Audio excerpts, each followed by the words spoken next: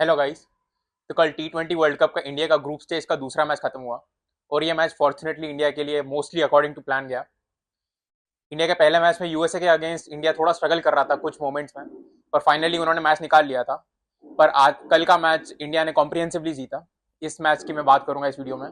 और एक आज का रिजल्ट जो बहुत इंपॉर्टेंट है, जिम्बाब्वे और ऑस्ट्रेलिया के मैच के बारे में भी इस वीडियो में बात करूंगा। T20 वर्ल्ड कप के स्टार्ट के पहले इंडिया के लास्ट के 2 साल की परफॉर्मेंस को देख के ऐसा लग रहा था कि किसी ना किसी टीम के अगेंस्ट इंडिया 300 रन तो मारेगी इस वर्ल्ड कप में, कंसिडरिंग कितने सारी छोटी टीम्स भी इस वर्ल्ड कप में खेल रही है। पर ऐसा होता हुआ लग नहीं रहा है। यूएसए के अगेंस्ट तो इंडिया 150 भी मुश्किल से कर पाई, पर अगर 300 इंडिया को पार करना था तो वो इसी इसी मैच में होना था, नमीबिया के खिलाफ। पर ऐसा हुआ नहीं। ऑल्दो इंडिया ने 6 या 7 ओवर में 100 रन मारे, पर उसके बाद इंडिया का पूरा मोमेंटम नामीबिया ने खींच लिया और इस मैच में 300 नहीं हुआ। अब मुझे नहीं लगता आगे के मैचेस में भी 300 होगा, क्योंकि आगे के मैचेस टफर ही होने वाले इंडिया के लिए। और बड़ी अब तो मैचेस जो है वो सारी बड़ी टीम्स के साथ है। सिर्फ नेदरलैंड्स के खिलाफ इंडिया का एक छोटा मैच है और सुपर 8 और सेमीफाइनल्स फाइनल्स में तो 300 पहुंचना बहुत ही मुश्किल है। ऑल्दो इंडिया का कोई बहुत बड़ा स्कोर नहीं था, पर फिर भी ऐसा मतलब इसका मतलब ये नहीं था कि इंडिया की बैटिंग खराब परफॉर्म की। इंडिया ने 7 ओवर में 100 रन मार दिए थे। ये T20 वर्ल्ड कप हिस्ट्री का फास्टेस्ट टीम 100 था। इसमें ईशान किशन का बहुत बड़ा हाथ था, उसने 24 बॉल में 61 रन मारे। लेकिन 7 ओवर में 100 रन करने के बाद इंडिया का मोमेंटम नामीबिया ने खींच लिया। नेक्स्ट के 3-4 ओवर्स में सिर्फ 20-25 रन आए और इंडिया ने 2-3 विकेट्स भी लूज कर दिए। और 12 ओवर के बाद इंडिया का स्कोर लगभग 125 के आसपास 4 विकेट के नुकसान पे था। लेकिन इसके बाद थोड़ा कंसोलिडेट करने के बाद हार्दिक पांड्या और शिवम दुबे के बीच में एक बहुत अच्छी पार्टनरशिप हुई। पांड्या ने 28 बॉल पे 52 रन मारे, उसने बहुत अच्छी हिटिंग करी, बहुत लंबे छक्के भी मारे। साथ में शिवम दुबे ने भी उसके साथ सेकंड फील्डर का रोल प्ले किया और उसने भी कुछ छक्के मारे। एक पॉइंट पर हार्दिक पांड्या ने 109 मीटर का छक्का मारा था और शिवम दुबे ने 107 मीटर का। दोनों ने almost back to back balls में ये छक्के मारे थे, तो बहुत ही इंटरेस्टिंग था देखने के लिए। हार्दिक पांड्या और शिवम दुबे 17 ओवर तक क्रीज पे थे और 17वें ओवर के एंड तक इंडिया का स्कोर था 185 फॉर 4। और लास्ट के 3 ओवर्स में इंडिया को एक अच्छी फिनिश की जरूरत थी। लेकिन नमीबिया ने अपने प्लान्स बहुत ही अच्छे से एग्जीक्यूट किए और मैं यहाँ पे नमीबिया की तारीफ करना चाहूंगा, क्योंकि छोटी टीम होने के बावजूद, इतना एक्सपीरियंस ना होने के बावजूद अपनी यॉर्कर्स उन्होंने नेल की और ऐसी लाइन एंड लेंथ दी नहीं कि इंडिया के प्लेयर्स अच्छी फिनिश कर पाए। इंडिया का बड़ा स्कोर ना होने के पीछे एक बड़ा कारण यही था कि नमीबिया ने अपने एंड डेथ ओवर्स में बहुत अच्छी बॉलिंग की और नमीबिया के कैप्टन इरास्मस, उसने बहुत अच्छा मिडिल ओवर्स में स्पिन से कंट्रोल किया। इरास्मस की एक खास बात यह है कि वो कई उसके वेरिएशंस बहुत है। कभी कभार वो पिच से लगभग 2 फीट पीछे से बॉल डालता था, लगभग अंपायर के पास से ही। और कभी कभार अपना हाथ ऐसे, जैसे उस्मान तारिक करता है वैसे ही बॉलिंग करता है। तो उसके पीछे इरास्मस का बहुत बड़ा हाथ था, तो उसकी भी तारीफ करना चाहूंगा। पंड्या के आउट होने के बाद कोई भी प्लेयर इंडिया को एक अच्छी फिनिश नहीं दे पाया। रिंकू सिंह, अक्षर पटेल और शिवम दुबे भी फटाफट आउट हो गए। इसमें नमीबिया की अच्छी बॉलिंग तो थी ही, लेकिन इंडिया थोड़ा प्रेशर में भी ऐसा लग रहा था कि खेल रही है। और इंडिया ने फाइनली स्कोर किए 209, 9 विकेट के नुकसान पे 20 ओवर में।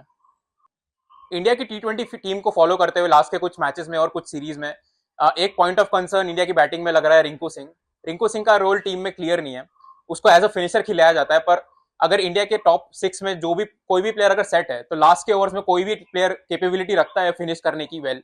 लेकिन रिंकू सिंह को डेजिग्नेटेड फिनिशर के रोल में रखा है, पर वो उस तरह से परफॉर्म नहीं कर पाया। रिंकू को हमेशा लगभग 8 या 10 बॉलें मिलती है खेलने के लिए, पर रिंकू बड़े हिट्स नहीं लगा पाया। तो ये एक पॉइंट ऑफ कंसर्न है आगे के मैचेस में जाते हुए मेरे लिए। इरास्मस की अच्छी बॉलिंग के पीछे एक कारण ये भी है कि इंडिया ने इरास्मस को पहले फेस नहीं किया था और उसके वेरिएशंस इंडिया ने देखे नहीं थे, तो उनको पता नहीं था कि वो बॉलिंग में क्या करता है, किस तरह से वेरिएशन लाता है।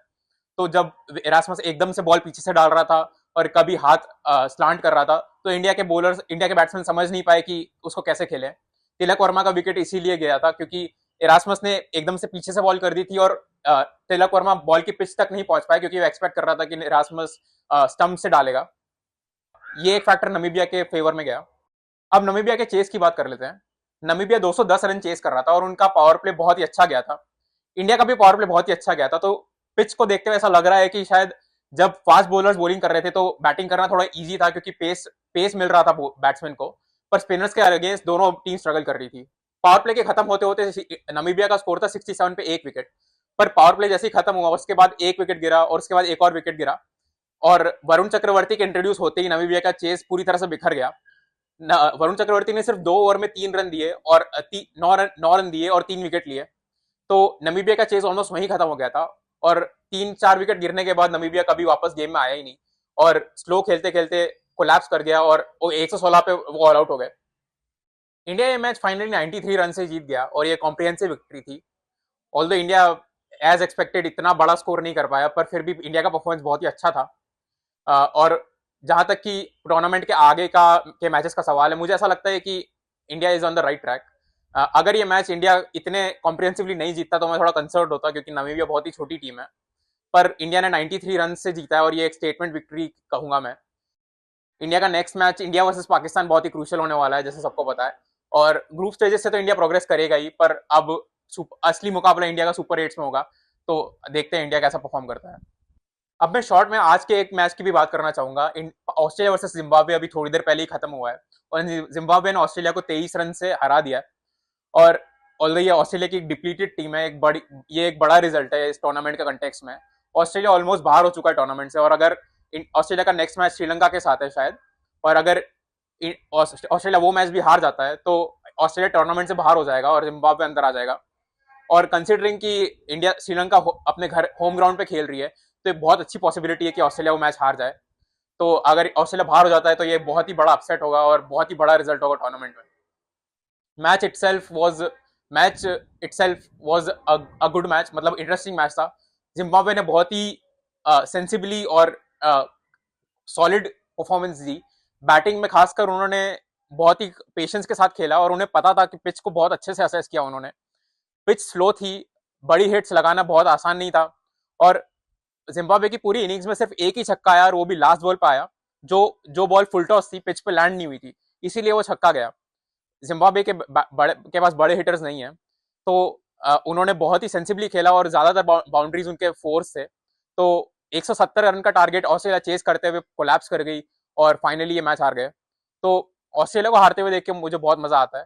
तो ये रिजल्ट मेरे लिए तो बहुत ही हैप्पीनेस इंड्यूसिंग था। अब आगे के मैचेस में ये टूर्नामेंट बहुत ही इंटरेस्टिंग है और अभी तक बहुत ही शानदार टूर्नामेंट रहा है। छोटी टीम्स ने बहुत अच्छी परफॉर्मेंस दी है, बड़े अपसेट्स भी अभी तक अब देखने को मिल रहे हैं। बाकी अभी काफी छोटी टीम्स बड़ी टीम्स के पास को बीट करने के बहुत पास पहुंची थी, पर अभी तक कोई बड़ी अपसेट हुई नहीं थी। पर हमें अभी अपनी पहली बड़ी अपसेट देखने को मिली है। तो आगे का टूर्नामेंट बहुत इंटरेस्टिंग होने वाला है। तो if you are a cricket fan, sure to catch all of these matches. तो और अगर आप आगे के मैचेस देखने वाले हो तो please look out for my videos. Thank you.